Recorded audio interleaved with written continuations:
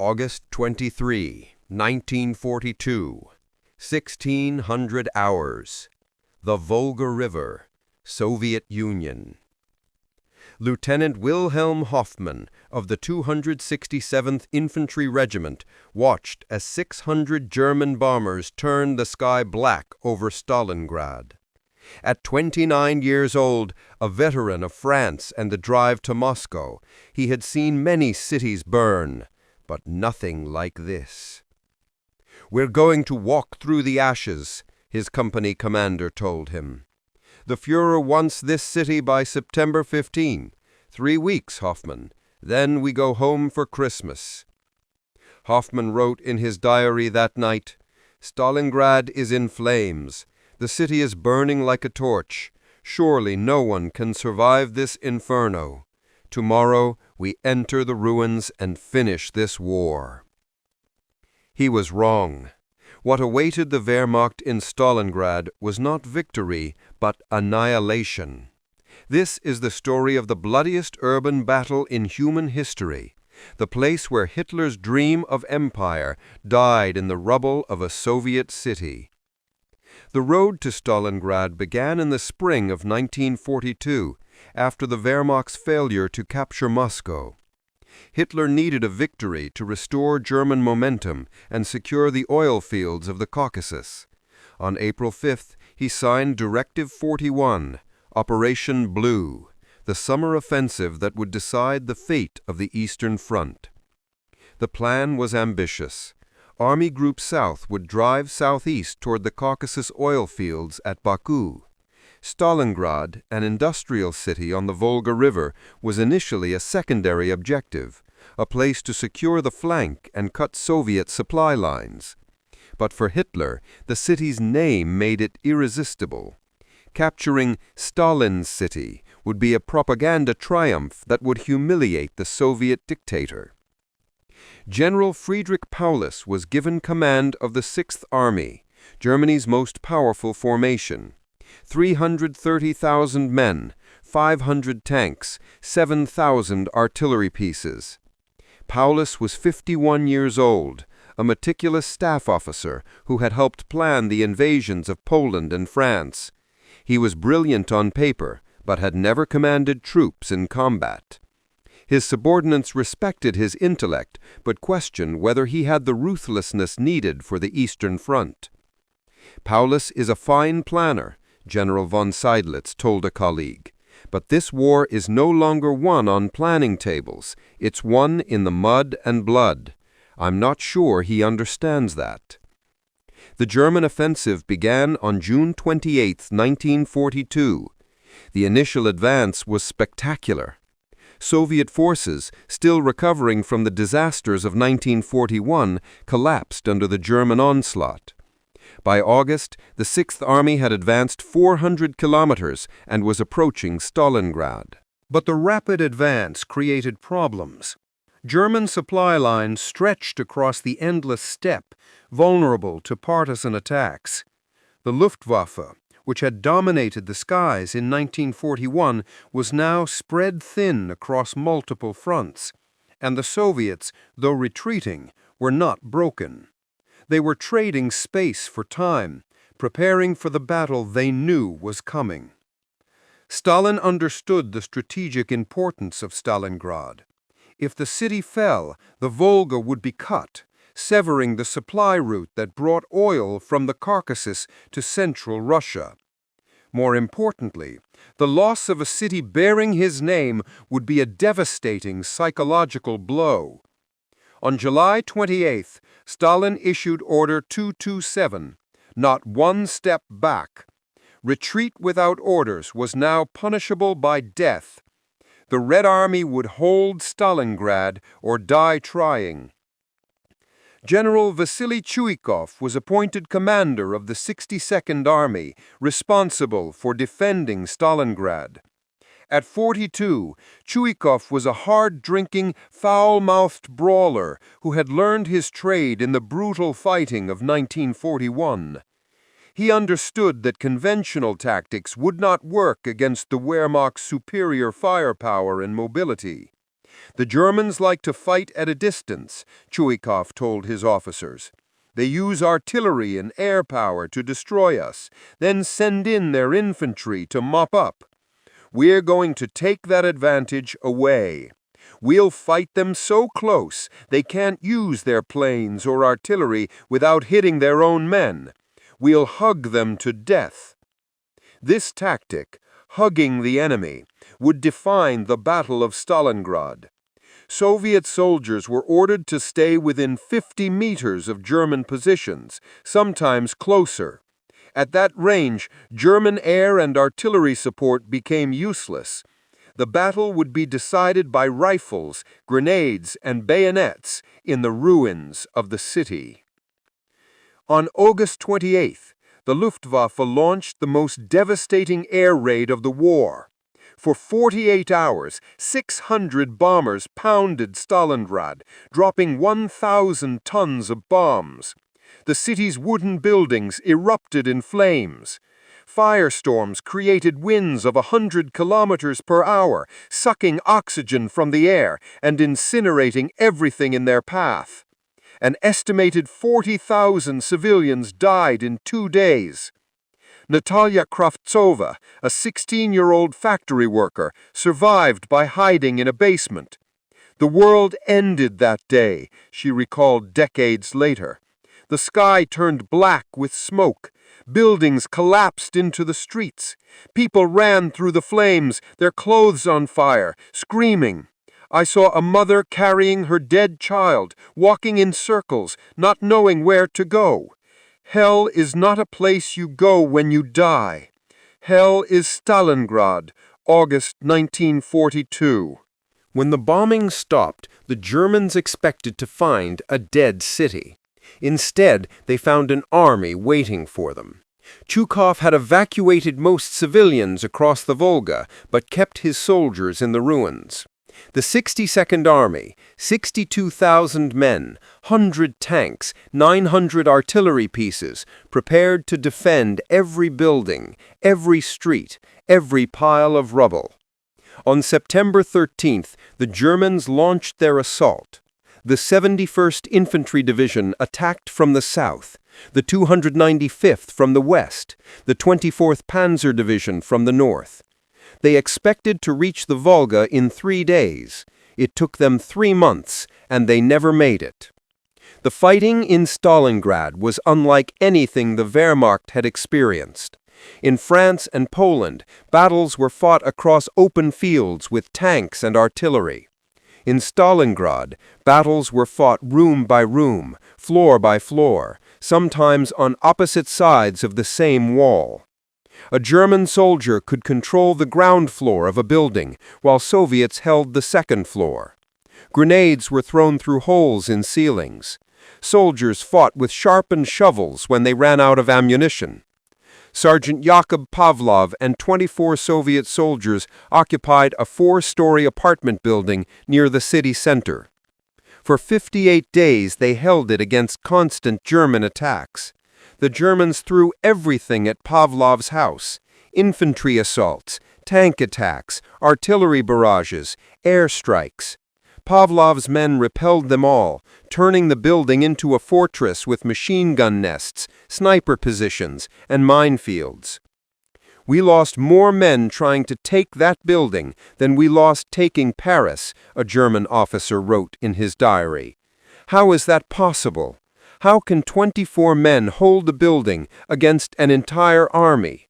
These Russians are not human. But they were human. They were hungry, exhausted, terrified men who fought because they had no choice.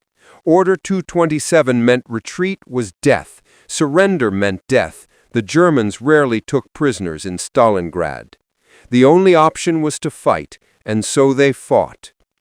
The Germans called it Rattenkrieg, rat war. Soldiers crawled through sewers to attack enemy positions from below. Snipers dueled from the ruins, sometimes waiting days for a single shot. At night, Soviet reinforcements crossed the Volga under German fire, knowing that half of them would die before reaching the shore. Those who made it had a life expectancy of 24 hours. Lieutenant Hoffman's diary entries tracked the Wehrmacht's descent into hell. September 16. Our battalion has been fighting for a single street for 5 days. We advance 20 meters, they counterattack, we're pushed back 15 meters. Yesterday we were 200 men, today we are 140. September 26th. The Russians are not men, they are made of iron. We kill them, but more keep coming. Where do they come from? October 14. We took a factory today. It cost us 80 men. Tonight the Russians will counterattack and will lose it again. This is not war. This is slaughter. The battle for the tractor factory, the Barricade gun factory, and the Red October steel plant became legendary. These massive industrial complexes, each covering several square kilometers, were turned into fortresses. Workers fought alongside soldiers, using their knowledge of the factories to set ambushes and booby traps. Battles raged through assembly halls, foundries, and warehouses.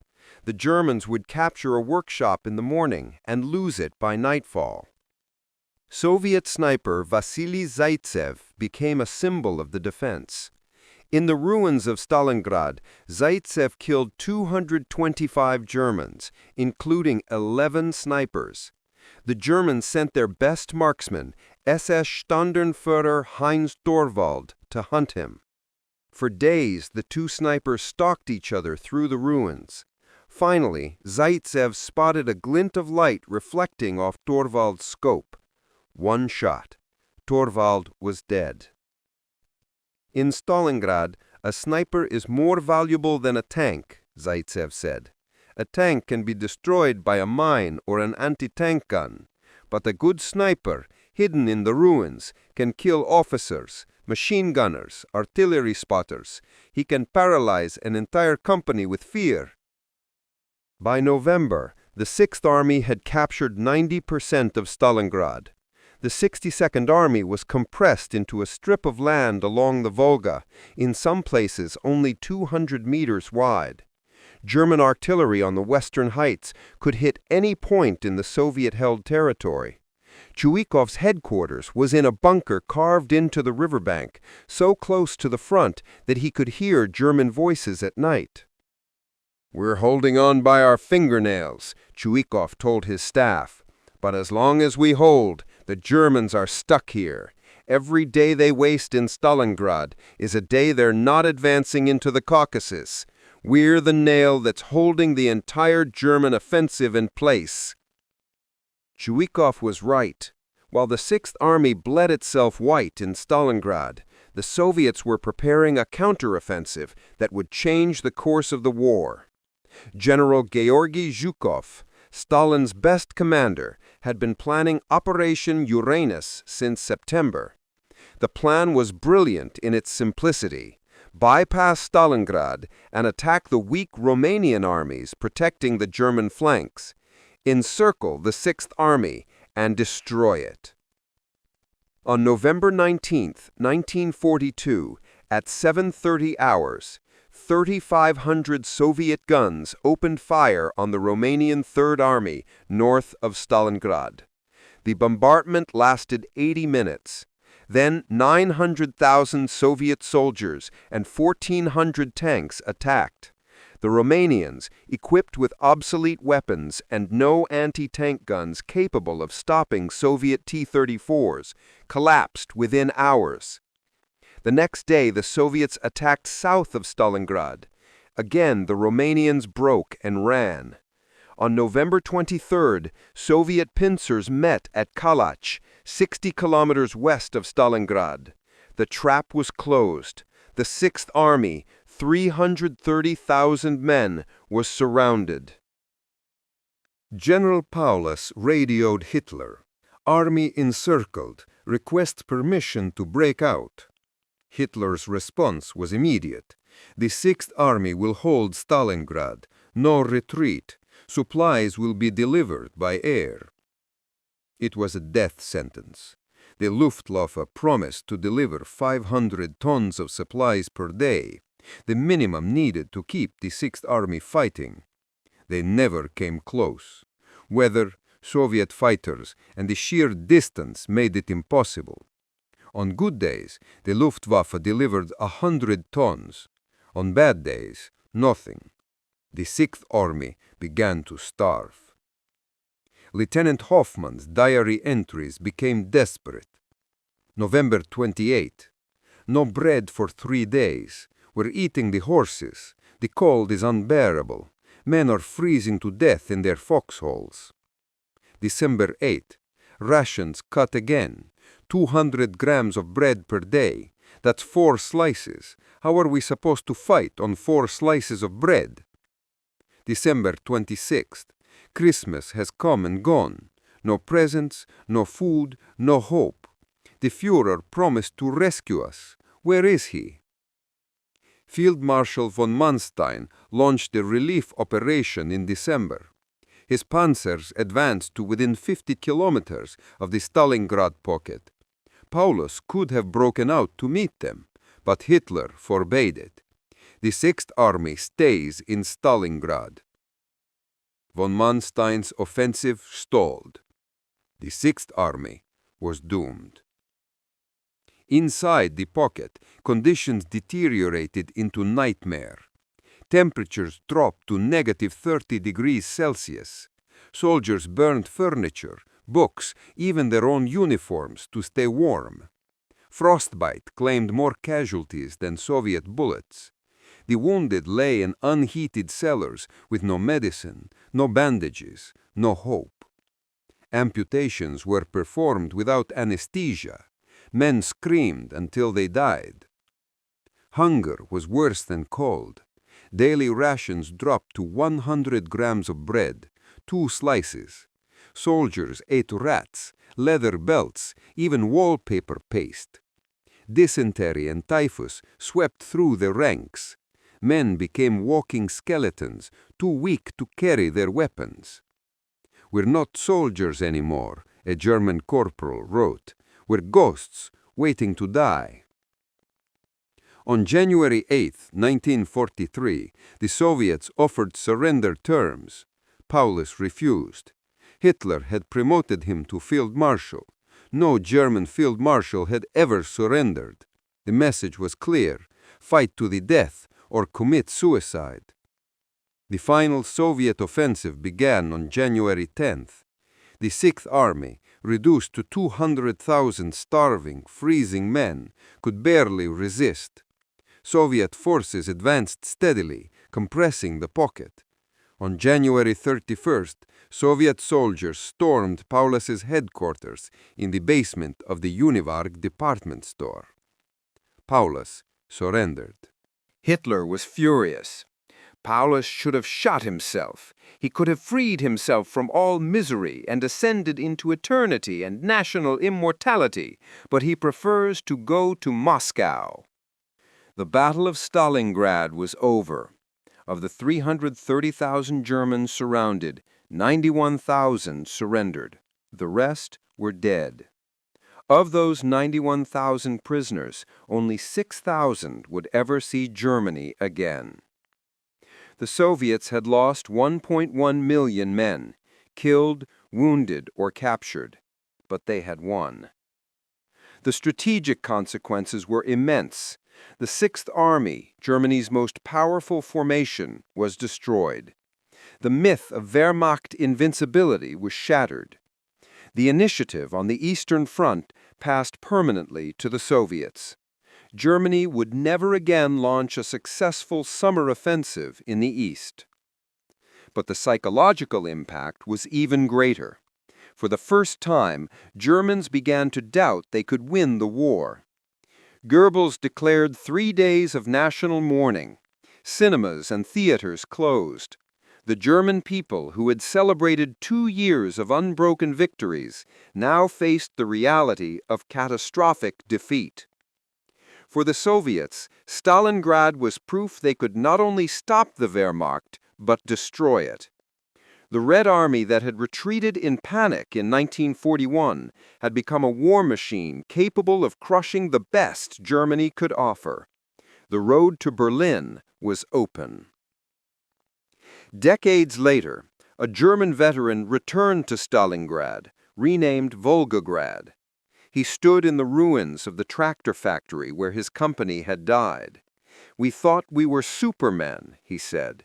"We thought we were invincible. Stalingrad taught us we were just men, and men can die." A Soviet veteran, standing beside him, nodded. "You came to enslave us. We fought for our homes, our families, our future. That's why we won, not because we were stronger or braver, because we had something worth dying for." The Battle of Stalingrad was the turning point of World War II.